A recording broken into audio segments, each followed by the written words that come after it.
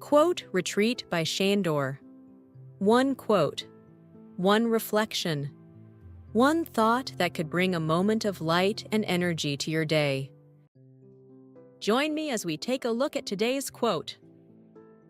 The quote is by Arianna Huffington, born 1950.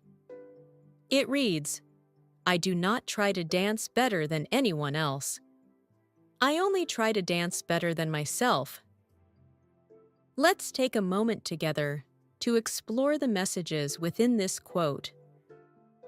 Competition and success. We think we know what drives achievement, right? But what if the secret isn't about outdoing others at all? Today, we're exploring a revolutionary quote that completely transforms how we think about personal growth. You know what fascinates me about this quote from Arianna Huffington? I do not try to dance better than anyone else. I only try to dance better than myself. It's coming from someone who built a media empire worth hundreds of millions, yet she's talking about competing with herself, not others. That's exactly what makes it so powerful. Here's someone who moved from Greece to America, studied at Cambridge, and instead of trying to fit into existing media models, she created something entirely new with the Huffington Post. Well, what really strikes me is how this philosophy shaped her approach to innovation. Instead of trying to outdo traditional news outlets, she completely reimagined what digital media could be. And you know what's fascinating? She launched the Huffington Post in her mid-50s, at an age when many people are settling into their careers. That's such a powerful example of focusing on your own growth rather than societal expectations. And let me add something interesting about that period. The digital media landscape in 2005 was totally different. Most traditional outlets were still treating their websites like an afterthought, while she saw the future was interactive and community-driven. That's exactly what makes her story so compelling. And here's a surprising fact. When she started advocating for workplace wellness, it came after she literally collapsed from exhaustion in 2007. Instead of keeping it private, she turned that personal wake-up call into a movement.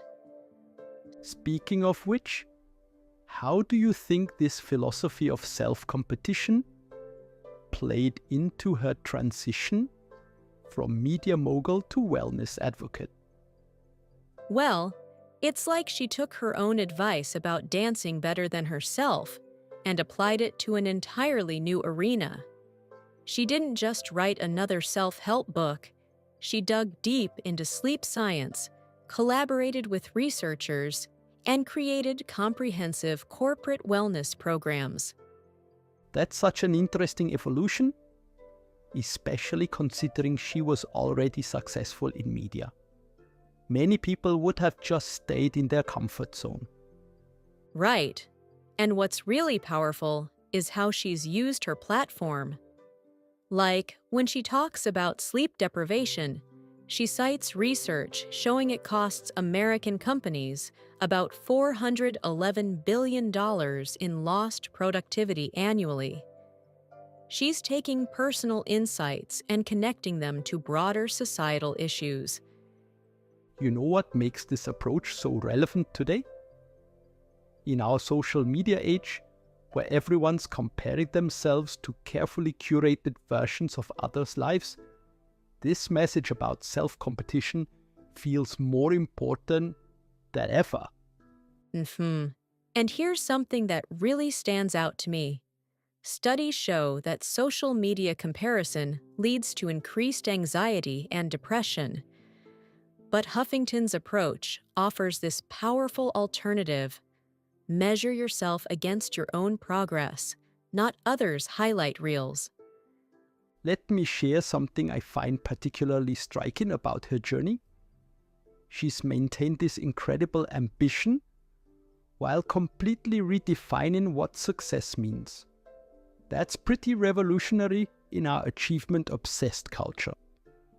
And you know what makes this philosophy so sustainable? When you're focused on your own growth rather than external competition, there's always room for improvement. It's like she says in her book, Thrive. Success shouldn't be measured just by money and power, but by well-being and wisdom too. That's such a powerful shift in perspective, especially coming from someone who's achieved traditional success markers like building a company that sold for $315 million. Exactly. And what's really interesting is how this approach to personal growth often leads to bigger impacts. Like, by focusing on being better than herself, she ended up creating platforms and movements that have helped millions of others. Well, that really brings it full circle, doesn't it? The dance metaphor in her quote isn't just about personal achievement. It's about finding your own rhythm and creating something meaningful in this process. You know what? That's the perfect way to wrap this up. Because when we stop trying to dance better than others and focus on our own growth, we often end up choreographing something entirely new, just like Arianna did with digital media, workplace wellness, and this powerful philosophy that continues to inspire people today. With that, we conclude this exciting episode. If you enjoyed this episode, I'd appreciate a like and a comment. Don't forget to subscribe. Thank you. Your support truly helps this channel grow. See you again tomorrow. Yours, Sandor.